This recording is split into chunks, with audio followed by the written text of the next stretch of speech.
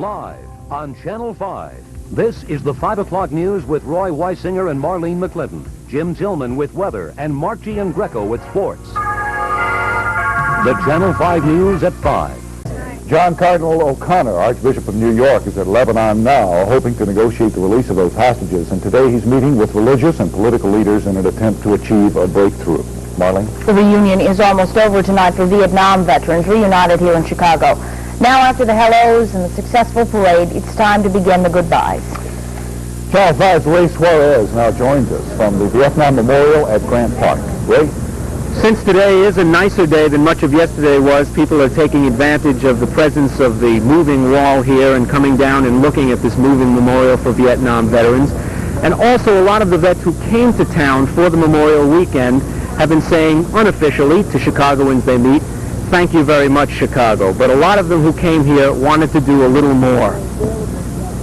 So what they've done is gotten a large tablecloth, and they're making a thank you card for Chicago.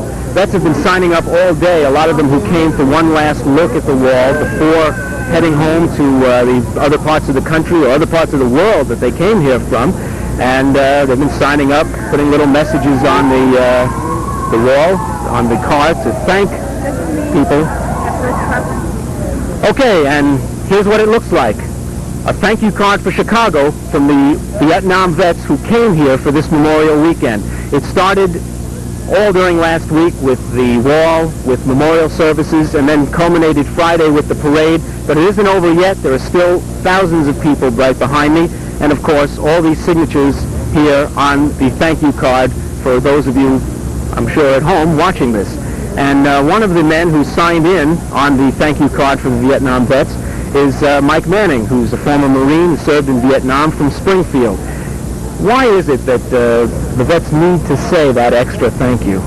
Well, because the city of Chicago has long been known as the city that makes people welcome. And on behalf of all the Vietnam veterans who've been here this weekend, I have to say thank you, Chicago. You've done your welcoming job as best you've ever done before. It's been, in the words of all the veterans I've spoken to, it has been absolutely awesome. The parade you gave us, the receptions you've given us, the hotels, the people, remarkable. Thanks a lot, Mike.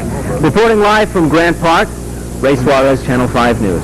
Okay, Ray, thank you. That was nice. That is nice. I hope it's hung someplace. The veterans who came to Chicago shared tears, time, and tender memories. They will leave, most of them, without the heavy emotional baggage they have carried since the war. Others will stay. James Hobson will be here. Says his military service and even the war had a positive effect on him.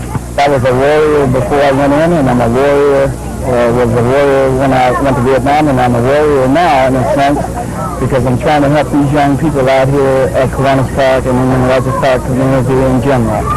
Kiwanis Park used to be one of the roughest parks in the Chicago area, but there's respect, even reverence here now, mostly for James Hobson. We love to have a neighborhood that's clean, rid of gang members, rid of crime. He's the type of thing that a lot of people look up to. He likes flowers. No, he likes flowers so bad. They have track, softball, basketball, and a whole lot, and volleyball, and a whole lot of other things. Mothers feel the park is safe again for their children. Right, I can bring my kids and go to the store and come back and get them. It's just like an after-school daycare center. The other is not a reality. You lost the game. We lost the game, but we had fun. Yeah, man. You lost the battle, but you did not lose the war. The park's reputation didn't scare Hobson, an orphan placed in 32 foster homes and the juvenile detention center before enlisting in the armed services. The problems that these kids have, I'm well aware of, most of them, and I just have a feeling for them, and I understand them, and they understand me. In Vietnam, he was a platoon leader, responsible for leading 40 to 50 men through life and death circumstances. Nothing much has changed for Hobson. Lives are still at stake. Hobson has worked at Kiwanis Park for 5 years, and he plans to continue working there. Channel 5 will rebroadcast Friday's Vietnam Veterans Parade tonight. If you missed it, you will be able to see it. See the rebroadcast tonight at 11:45. There's much more to come on Channel 5 News at 5. We'll take you to a worship service where the church